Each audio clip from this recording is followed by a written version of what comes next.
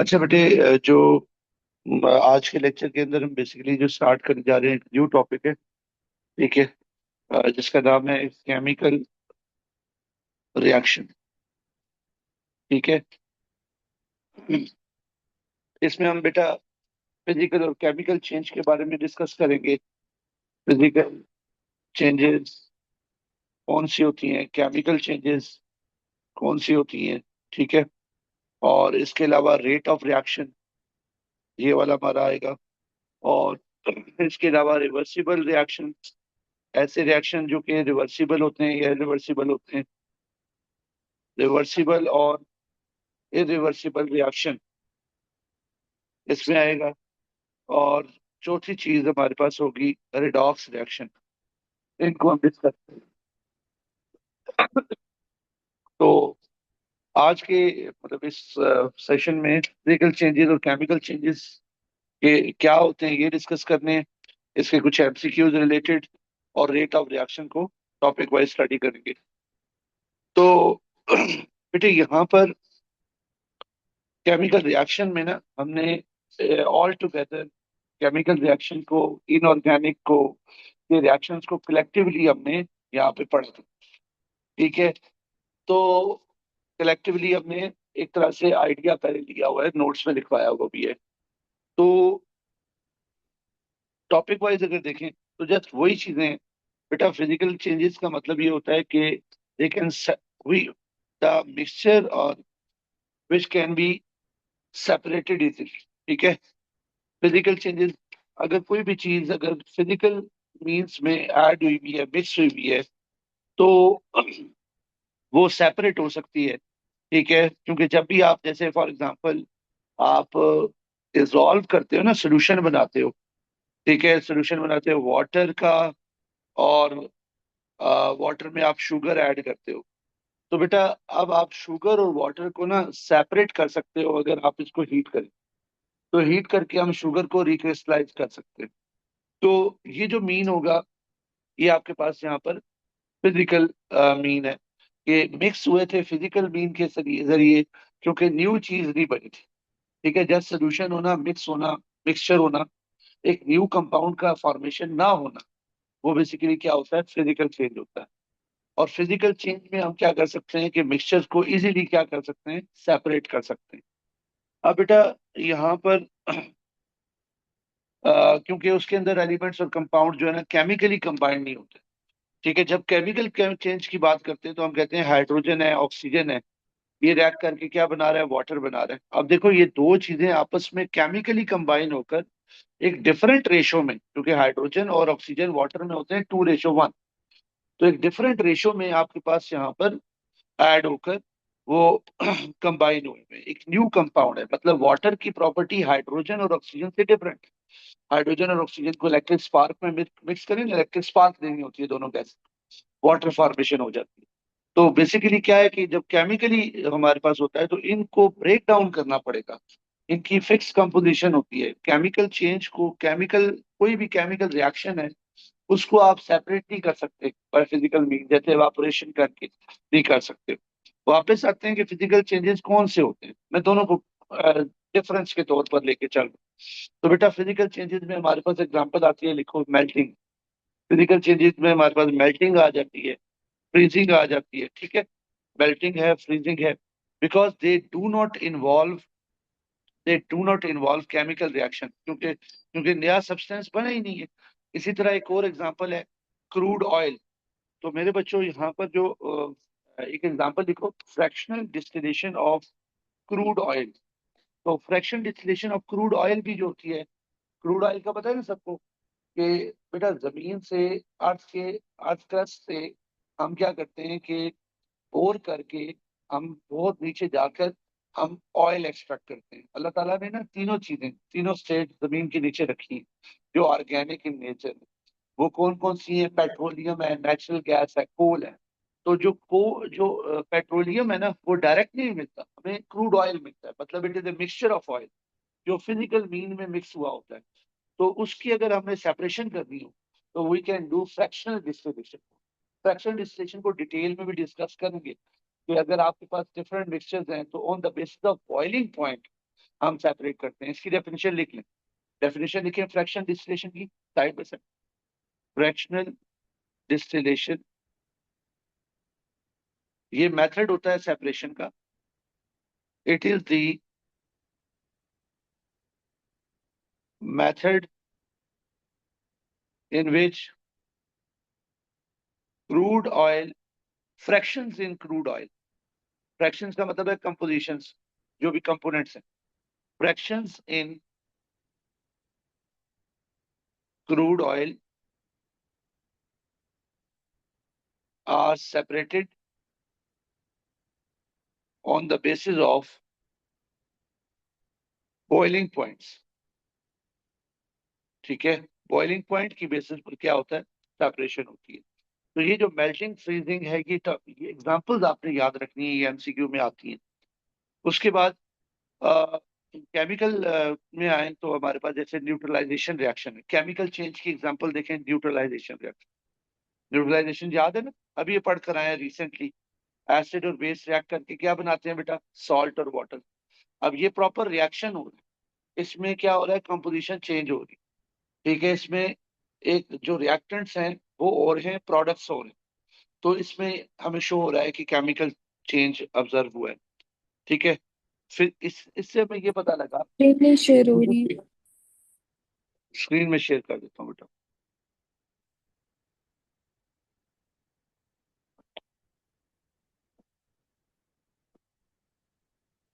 जी, तो बेटे अभी डिफरेंस में वो चीजें रिपीट भी हो जाएंगी। तो अगर डिफरेंस देखें तो हमने देखा कि फिजिकल चेंज को आप सेपरेट कर सकते, वापस ला सकते हो, लेकिन केमिकल चेंज को आप वापस नहीं ला सकते हो। अगर आपने रिएक्शन कराना पड़ा फिर आपको रिएक्ट करा के करना पड़ेगा। ठीक है, तो फिजिकल चेंजेस और केमिकल चेंजेस के दरमियान में लाइन निकाल डिफरेंस करें।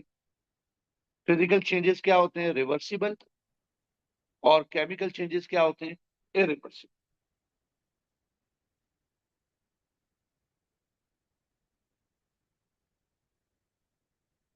फिर फिजिकल चेंज वाले कॉलम में लिखें, there will be no significant energy change. बेटे बाहर जाके फालतू ही बता,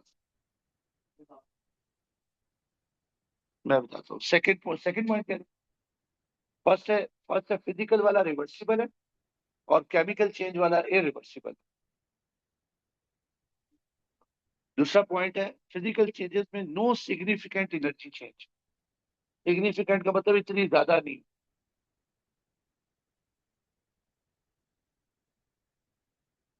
no significant energy change for the physical change.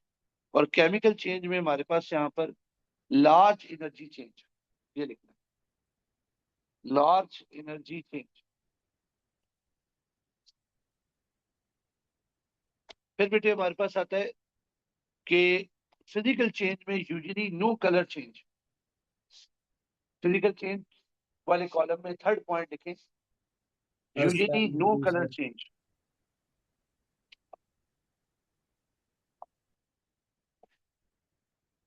और केमिकल चेंज में कलर चेंज क्या है, नक्कर।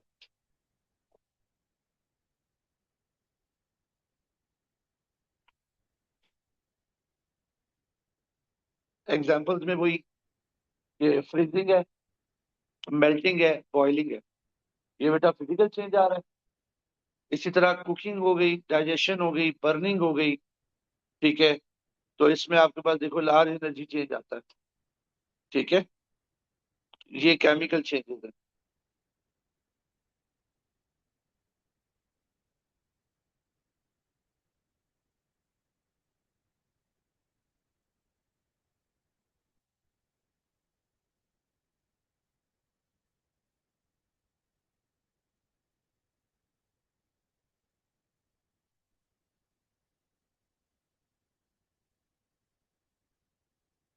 ठीक है, लिख लिया।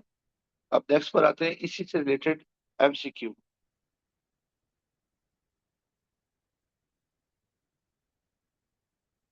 बेटे फर्स्ट एमसीक्यू है हमारे पास, which list contain only chemical change. बताओ बेटा, ऑनलाइन स्टूडेंट्स भी पार्टिसिपेट करें।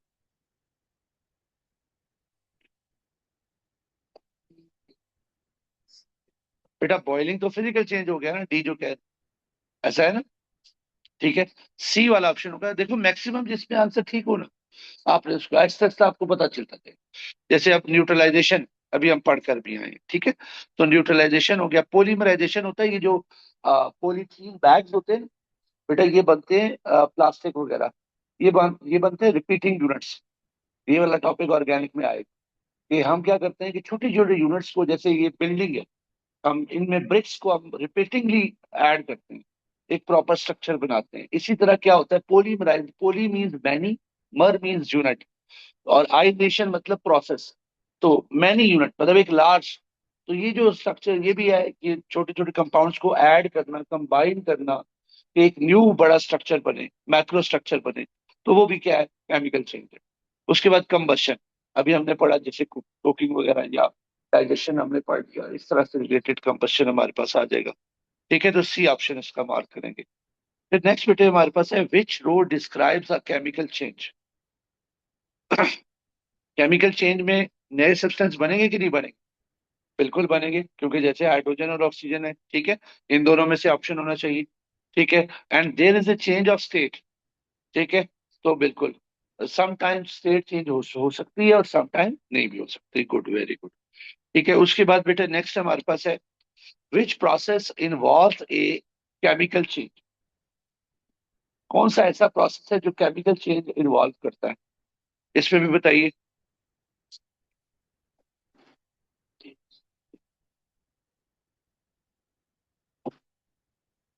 बेटा डिसॉल्विंग, जो अभी सॉल्यूशन की एग्जांपल शुगर और डिसॉल्विंग प्रोसेस तो हो गया फिजिकल, क्योंकि हम सोडियम क्लोराइड को वापस निकाल सकते हैं एवेपोरेट करके। याद है वो सॉल्ट बना रहे थे, प्रेपरेशन ऑफ सॉल्ट में हमने कहा था एवेपोरेशन मेथड के लास्ट 3 स्टेप होंगे सॉल्युबल सॉल्ट बनाने के लिए।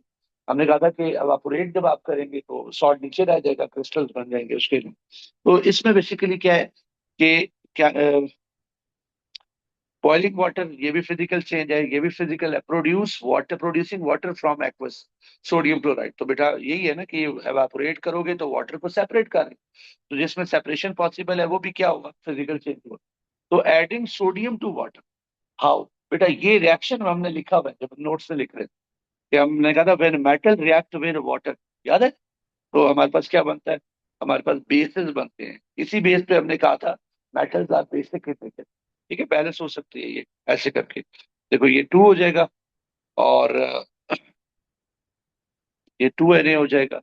देखो बैलेंस हुआ, NaOH।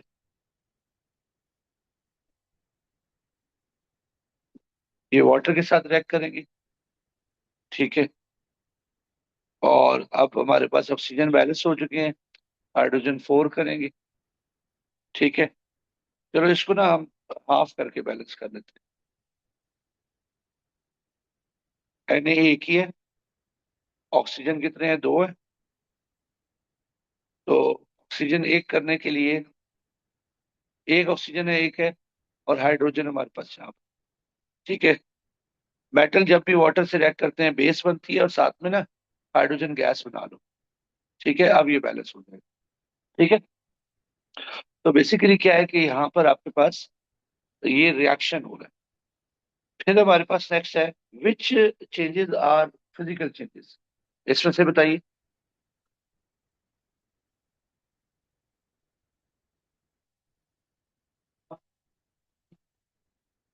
ये भी फिजिकल चेंज है बेटे, ठीक है। Burning hydrogen with, no, it is chemical. Adding sodium to water, it is sodium to water. अभी ऊपर का क्या है, सोडियम और वाटर का रिएक्शन नहीं किया, Na और वाटर का। तो Na और मेटल और वाटर तो रिएक्ट कर जाता है, मेटल बेसिक होता है, ठीक है। तो इसलिए ये क्या है, ये केमिकल चेंज है। और बॉइलिंग वाटर, बॉइलिंग के प्रोसेस क्या फिजिकल है। तो आपने सही बताया ना, किसी ने बोला भी था बी, तो बी ऑप्शन होगा, ठीक है। Next, which row identify the chemical change and a physical change. Chemical change कौन सा होगा इसमें से?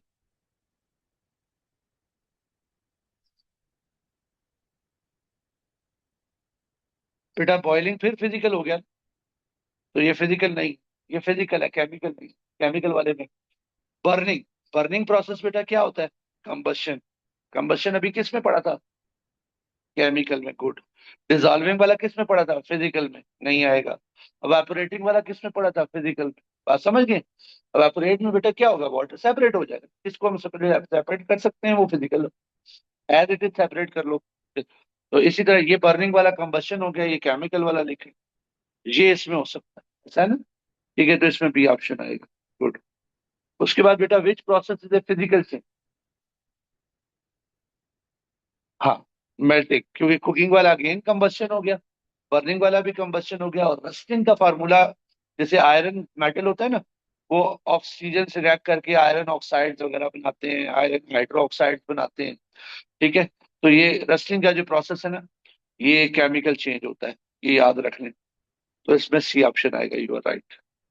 इसमें बेटे बताओ, इसमें पहले आंसर बताओ फिर मैं शेयर करूँ।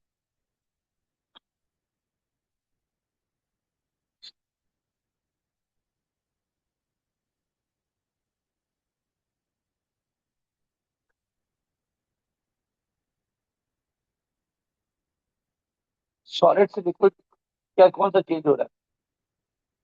मेल्टिंग हो रही है, गुड, फिजिकल हो गया। और लिक्विड से भी गैस में, ये भी फिजिकल हो गया, गुड।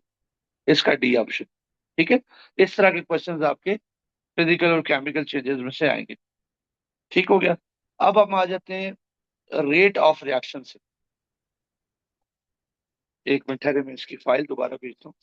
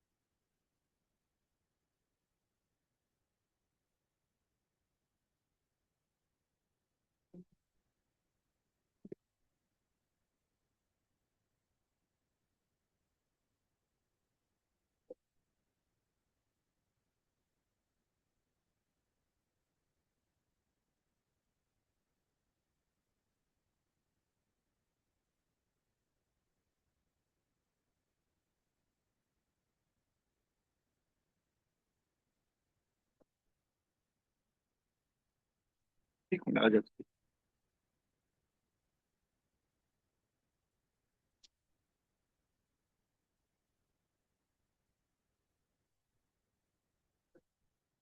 जी बेटा, रेट ऑफ रिएक्शन। मेरे बच्चों, सबसे पहले अगर हम देखें ना, तो रेट ऑफ रिएक्शन में हमें ये चीज समझनी है कि रेट ऑफ रिएक्शन वो, आप किसी भी रिएक्शन से मुराद ये है कि किसी भी रिएक्शन में जितना टाइम टेकन हो। मतलब आप इसको ऐसे कह सकते हो कि मैं ही कहूँ कि अगर मैं ये देख रहा हूँ कि मैं अपने घर में जो जाता हूँ वो 20 मिनट्स में कभी पहुंचता हूँ, कभी मैं 30 मिनट्स में पहुंचता हूँ। तो ये क्या होगा, अगर मैं टाइम के साथ इसको रिलेट कर रहा हूँ ना, अपने डिस्टेंस को, तो that will be called as rate. So anything dealing with the time, if you are dealing with the time, that will be related or referred to the rate of rate. In terms of reaction अगर देखेंगे तो हम ये देखेंगे कि how much the amount of reactants are changing into products in a given time. कि कितने time में कॉन्सेंट्रेशन चेंज हो रही है। कॉन्सेंट्रेशन चेंज से क्या मुराद होता है बेटा? कॉन्सेंट्रेशन से क्या मतलब है? Moles per DM cube. क्या यूनिट है बेटा? मोल्स। अभी सब आएगा। ठीक है, तो बेसिकली क्या है कि rate of reaction is the time taken for the reactant to be used और the product to be form. कि कितनी देर में प्रोडक्ट, अब देखिए जैसे मैं एग्जाम्पल है, मैं कहूँ मैं 15 मिनट में, 15 मिनट में इधर से चला गया, ठीक है, और मैं कहूँ जी 15 मिनट में घर पहुंचा, तो टाइम में तो देख रहा हूँ ना, जैसे भी या तो प्रोडक्ट को रिलेट कर दूं या रिएक्टेंट को रिलेट कर दूं। ठीक है, तो इसमें बेसिकली क्या होता है कि, एक मिनट है, हाँ, तो हमारे पास यहाँ पर अब क्या चेंजेस हम लेकर आ सकते हैं बेटा? सबसे पहली चेंजेस है हमारे पास यहाँ पर कि changes the concentration of the solution. ठीक है, अगर आप कंसंट्रेशन अमाउंट की रिएक्टिंग सॉल्यूशंस की या जो भी रिएक्टिंग स्पीशीज हैं उनकी कंसंट्रेशंस को ज्यादा करेंगे तो रेट ऑफ रिएक्शन क्या होगा? ज्यादा होगा। इसको हम कैसे अंडरस्टैंड कर सकते हैं बेटा? देखें, अगर फॉर एग्जांपल मैं इतना सल्यूट डिजॉल्व कर रहा हूँ और दूसरी तरफ मैं उतने ही पानी के अंदर, उतने ही वाटर के अंदर ज्यादा चीनी डाल रहा हूँ, ज्यादा शुगर ऐड कर रहा हूँ, तो नंबर ऑफ पार्टिकल्स क्या हो जाएंगे? इंक्रीज हो जाएंगे कि नहीं हो जाएंगे? और रिएक्शन किस बेस पे होता है? Collision of particle. ठीक है, हमने एनर्जी पाथवे डायग्राम में पढ़ा था कि हमेशा रिएक्शन किस बेस पर होता है? कोलाइडिंग ऑफ पार्टिकल पे। तो जितना ज्यादा बेटा आपके पास यहाँ पर रेट ऑफ रिएक्शन, जितना ज्यादा अमाउंट होगी रिएक्टेंट की, उतना नंबर ऑफ कोलिजन ज्यादा होंगे। तो नंबर ऑफ कोलिजन ज्यादा होने की बेसिस पर नंबर ऑफ कोलिजन ज्यादा होगी, तो बेसिकली क्या इम्पैक्ट पड़ रहा है? उसकी कोलिजन फ्रीक्वेंसी ज्यादा हो रही है। कोलिजन फ्रीक्वेंसी समझते हो कि कोलिजन पर सेकंड, कि 1 सेकंड में नंबर ऑफ कोलिजन ज्यादा होगी। ठीक है, जिसकी बेसिस पर क्या होगा? रिएक्शन का रेट इंक्रीज हो जाएगा। ठीक है, तो इसके बाद decreasing the concentration of the reacting solutions, तो डिक्रीज करेगा रेट। फिर आपको बात याद रखनी है कि changes the pressure of the gas. अगर आप फॉर एग्जांपल गैसेस की बात कर रहे हैं ना बेटा, keep in mind the question will be related to that state gases. जब भी आप प्रेशर का अफेक्ट करेंगे ना, तो pressure effect is only deal with the gases. ठीक है, क्योंकि गैसेस में फार अपार्ट पार्टिकल्स होते हैं, दूर दूर दूर पार्टिकल्स होते हैं। गैसेस आप देखते हो कि gases are compressible. We have also studied that कि गैसेस को आप कंप्रेस कर सकते हैं। बेटा गैसेस को कंप्रेस कर सकते हैं या नहीं कर सकते? बिल्कुल कर सकते हैं। आप किसी कंटेनर में गैस लें, उसको आप कंप्रेस करेंगे, because of their large spaces they can be compressible, they can be compressed. ठीक है, जबकि सॉलिड और लिक्विड में इतना ज्यादा कंप्रेशन नहीं होता। तो प्रेशर का इफेक्ट किससे डील करना है? सिर्फ गैसेस से करना है। अब हम बात करेंगे हम चेंजेस क्या ला सकते हैं। बेटा अब प्रेशर की बात है, या तो आप प्रेशर इंक्रीज कर सकते हो या डिक्रीज कर सकते हो। तो प्रेशर इंक्रीज करने से भी क्या होता है? रेट इंक्रीज होता है। क्यों? बेटा देखें, दोनों तरफ दो दो बीकर हैं, दोनों तरफ गैस है, ठीक है, और अभी सेम प्रेशर है। ठीक है, लेकिन क्या, और मॉलिक्यूल देखो मैं चार ही बना रहा हूँ, इधर भी चार बना रहा हूँ, टू शो दैट कि इक्वल नंबर ऑफ पार्टिकल। और मजे की बात बेटा ये है कि जब आप एक फैक्टर डील कर रहे होते हैं, कॉमन सेंस है ये, साइंटिफिक हवाले से है कि कॉमन सेंस ये है कि अगर आप एक फैक्टर प्रेशर डील कर रहे हैं तो बाकी सारी चीजें क्या होनी चाहिए? सेम होनी चाहिए, ताकि आपको इम्पैक्ट किसका पता चले? सिर्फ प्रेशर का पता चले। तो अब मैंने कॉन्सेंट्रेशन सेम रखी, दोनों की कॉन्सेंट्रेशन सेम, बट प्रेशर में अगर ऐड कर, इसमें बेटा मैं ज्यादा प्रेशर कर रहा हूँ, तो क्या प्रेशर ज्यादा करने से वॉल्यूम डिक्रीज नहीं कर जाएगा? अब डिक्रीज करने से क्या होगा? जगह थोड़ी हो जाएगी। इस रूम में हम बैठे हुए हैं, इतनी चेयर है, लेकिन इस रूम को हाफ कर लें लेकिन इतनी चेयर्स हो, तो क्या चेयर्स बहुत ज्यादा करीब करीब नहीं आ जाएंगी? ठीक है, तो जिसकी वजह से रिएक्शन क्या होगा? ज्यादा होगा। तो इसलिए क्या होता है कि प्रेशर इंक्रीज करने से रेट ऑफ रिएक्शन क्या होता है? इंक्रीज होता है। आप आगे कहेंगे सर आप एक ही दफा बता देते कि सबसे क्या होता है? सबके इंक्रीज करने से इंक्रीज। अब टेम्परेचर हम पढ़ेंगे, टेम्परेचर भी इंक्रीज करने से क्या होता है? रेट इंक्रीज होता है। रेट सबसे इंक्रीज ही हो रहा है वैसे बात बताऊं तो। थोड़ा सा हम इसको एलैबोरेट इसलिए करें ताकि हमें एग्जांपल्स का थोड़ा आइडिया हो। हम बीकर्स का एग्जांपल लें, उसके बाद pressure, decreasing the pressure decrease the, ठीक है। उसके बाद आता है सरफेस एरिया। सरफेस एरिया अगर ज्यादा होगा तो रेट इंक्रीज होगा, सरफेस एरिया अगर कम होगा तो रेट क्या होगा बेटा? डिक्रीज होगा। अब इसमें अगर देखें तो फाइन पाउडर, मैंने ये चीज बताई थी पिछले लेक्चर में। अगर बेटा आपके पास एक प्लेट ऑफ मेटल है, पीस ऑफ मेटल है, और दूसरी तरफ आपके पास उसी उसी मेटल के पाउडर्ड है, तो किसका सरफेस एरिया ज्यादा होगा? पाउडर का। गुड। तो देखिए 5 gram of fine powder of a compound will have faster reaction rate as compare to the lump of same compound. ये 5 ही ग्राम हो, लेकिन अगर वो प्लेट हो गया। अच्छा, एक चीज आप नोट करेंगे बेटा, अगर वैसे सरफेस एरिया दो तरह से देखा जाता है। अगर एक छोटी प्लेट हो और एक बड़ी प्लेट हो, अब किसका सरफेस एरिया ज्यादा है, ए या बी का? बी का। ये बात कॉमन सेंस बोलती है। अब एक ये प्लेट है और एक पाउडर है, अब किसका सरफेस एरिया ज्यादा है, सी और डी का? सी और डी में से किसका ज्यादा है? डी का। बात समझ गए? इन दोनों में से ये विन करेगी। और अगर एक लार्ज पीस और स्मॉल पीस है, तो लार्ज पीस का होगा, क्योंकि उसकी सरफेस ज्यादा अवेलेबल है। अगर पाउडर होगा, सेम मैच है, 5 5 ग्राम है दोनों के, लेकिन पाउडर में यूज करोगे तो पाउडर और प्लेट में से फिर पाउडर विन करेगा। ये बात आपने याद रखनी है, ठीक है। फिर हमारे पास आता है टेम्परेचर।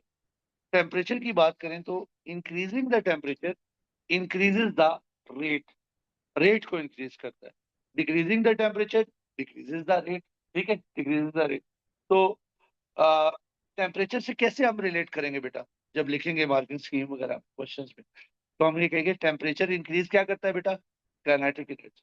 याद रहे, एक्टिवेशन एनर्जी नहीं लिख सकते। हर मॉलिक्यूल की काइनेटिक एनर्जी बढ़ती है, जिसकी बेसिस पर वो एक्टिवेशन एनर्जी को बीट अप कर लेते हैं। ठीक है, मीट करने की, जैसे ज्यादा पढ़ोगे तो ज्यादा चांसेस हैं कि आपके ए ग्रेड के चांसेस होंगे। ठीक है। ए ग्रेड का वो जो क्राइटेरिया वो चेंज नहीं होना उस दफा के लिए, वो एक फिक्स रहेगा सबके लिए। लेकिन हर बच्चा अपनी अपनी मेहनत करेगा। इसी तरह टेम्परेचर भी है। Temperature increases the kinetic energy, जिसकी वजह से क्या होता है कि मोर मॉलिक्यूल्स, ज्यादा मॉलिक्यूल्स ऐसे होंगे जिनकी काइनेटिक एनर्जी इक्वल हो जाएगी एक्टिवेशन एनर्जी से, या क्या हो जाएगी बेटा, ग्रेटर हो जाएगी। ठीक है, मतलब जैसे मैं एग्जांपल देता हूँ उसी पासिंग मार्क्स की, कि जैसे फॉर एग्जांपल बेटा 80 पासिंग मार्क्स है, ये एक्टिवेशन एनर्जी है।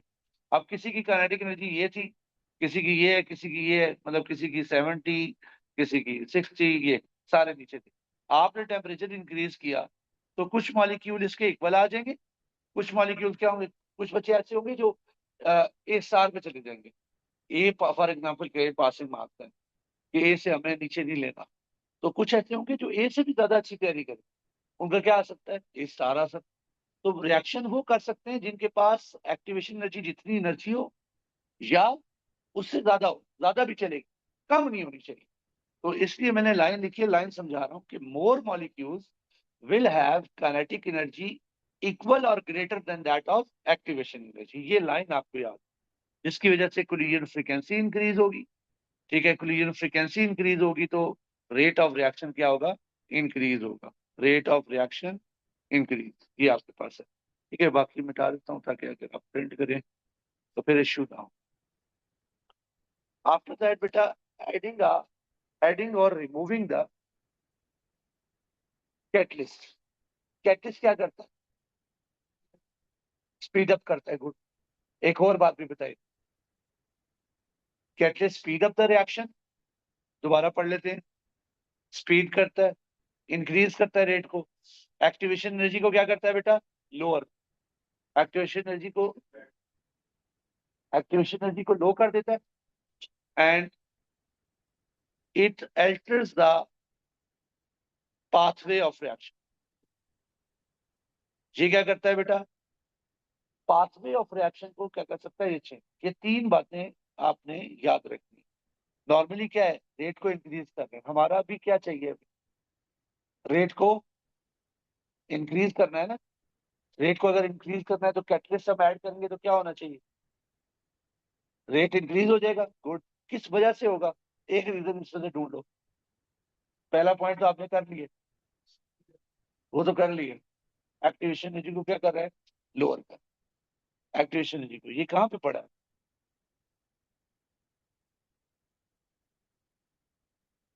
पढ़ा था, एनर्जी पाथवे डायग्राम, जिसमें ये चीज हमने पढ़ी थी। ये देखो, कि विद कैटलिस्ट और विदाउट कैटलिस्ट क्या इम्पैक्ट आ रहा है रिएक्शन पाथवे डायग्राम। कि विदाउट कैटलिस्ट एक्टिवेशन एनर्जी ज्यादा है, ये कम है, एक्टिवेशन एनर्जी ये है ना, ये वाली,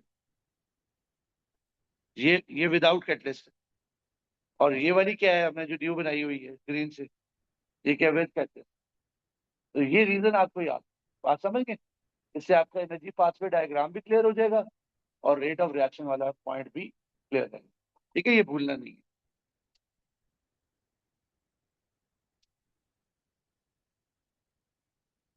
अच्छा,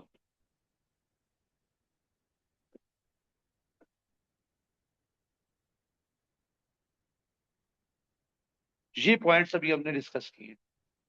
ठीक है, कि जो आपने लिखने कि increasing the concentration of reacting solution, more reactant particles in the same volume, more frequent collision, and then hence rate will be increased.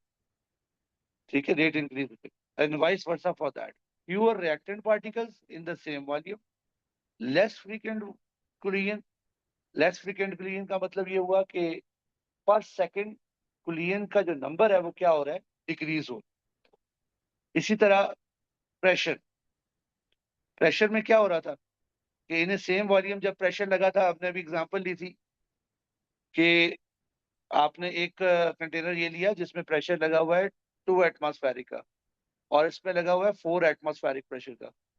तो यहाँ पर number of volume, number of particle same है। तो अब यहाँ पर क्या होगा कि नंबर ऑफ कोलिजन्स क्या हो जाएंगी, ज्यादा, पर सेकेंड। फ्रिक्वेंसी मीन होता है पर सेकेंड, वो इंक्रीज हो जाएगी और इसकी बेसिस पर रिएक्शन फास्ट हो जाएगा। फिर सरफेस एरिया में वर्डिंग क्या यूज करनी है, मैं दोबारा पूछ रहा हूँ एक बार। फाइन पाउडर का सरफेस एरिया इंक्रीज है या फिर पीस, पीस का फाइन पाउडर? तो fine powder will have greater surface area to volume ratio even though both are in the same volume. तो बेसिकली आपने वर्डिंग ये लिखनी है कि exposes more reactant particle surface, more frequent collision increases the rate. And what about temperature and catalyst? Temperature के लिए देखो, मोर kinetic energy, मोर frequent collision और इंक्रीज द रेट।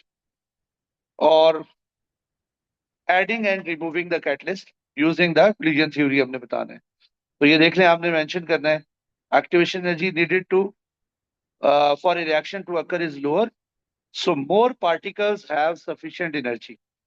ठीक है बेटा, हमारी बॉडी में कैटलिस्ट होते हैं और मजे की बात है कि अगर हमारी बॉडी में कहा जाता है कि अगर रिएक्शन हो रहे हैं तो कैटलिस्ट की वजह से हो सकते हैं वो बगैर कैटलिस्ट, लेकिन वो इतने स्लो होंगे, इतने 10⁻²0, मतलब 10 एक कैटलिस्ट जो होता है 10⁻²20 टाइम्स रेट को हाई करता है।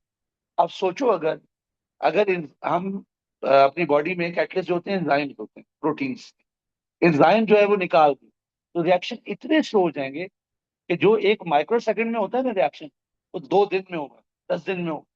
कि ऐसी बॉडी की वर्किंग चल सकती है? नहीं चल सकती। तो बायोलॉजिकल कैटलिस्ट जो एंजाइम्स होते हैं बहुत इंपॉर्टेंट है। और ये सारा बैक एंड पे जो काम है वो एक्टिवेशन एनर्जी का है। कि अगर एक्टिवेशन एनर्जी कम ना होती तो हमारी बॉडी में रिएक्शन जो मिली सेकेंड्स में हो रहे हैं वो 2-2 दिन में, 3 डेज में, 10 डेज में, अब आप खुद अंदाजा लगा लें कि 10⁻20 टाइम्स का फर्क आ जाए। ठीक है, तो ये बायोलॉजिकल कैटलिस्ट भी इंपॉर्टेंट होते हैं। अब ये आपका टास्क है, आप कि आपने ये सारे फैक्टर्स जो हैं अपनी वर्डिंग में, कितने फैक्टर्स हैं, 5 है ना, 10 लाइन्स में लिखने हैं। 10 भी ऐसे कि 5 आपकी लाइन्स होंगी इंक्रीज वाली और डिक्रीज रीजन के साथ। कोई अगर रीजन भूल जाए तो आप इधर से देख सकते हैं। बिल्कुल कॉपी नहीं कर, अपनी वर्डिंग में पहले हेडिंग दें, मैं बताता हूँ। Changing the concentration. अब बस इसमें लिख दें, मैं एक का बता देता हूँ। इंक्रीज इन कॉन्सेंट्रेशन लिखेंगे ना, उसका रीजन क्या लिखना है, more reactant particles, collision frequency increase, rate of reaction increase. फिर डिक्रीज का लिखें एक लाइन में कि डिक्रीज किस वजह से, रीजन लाजमी कि फ्यूअर पार्टिकल्स। ये सारा पूरा करें। ऑनलाइन स्टूडेंट्स भी ये प्रैक्टिस करें जल्दी से।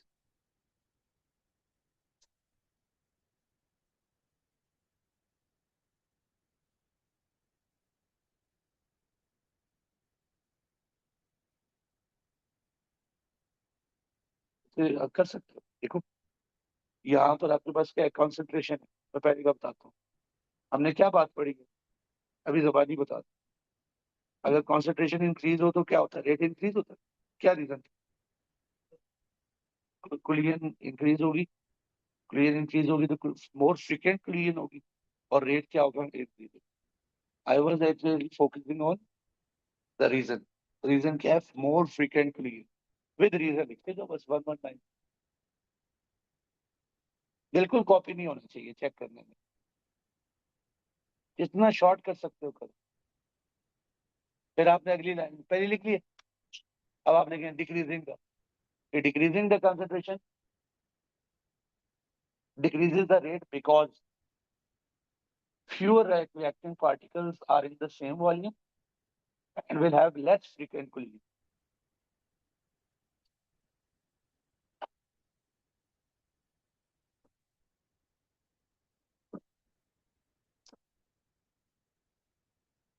These are the chemistry that people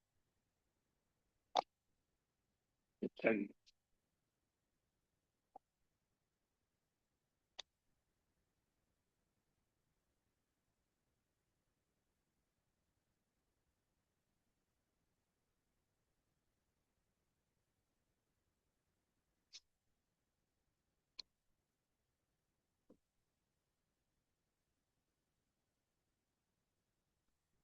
कुछ दिन बेटा और मिनाइल आप लोग कर रहे हैं ये प्रैक्टिस? जी सर जी, लिख रहे हैं। ठीक है।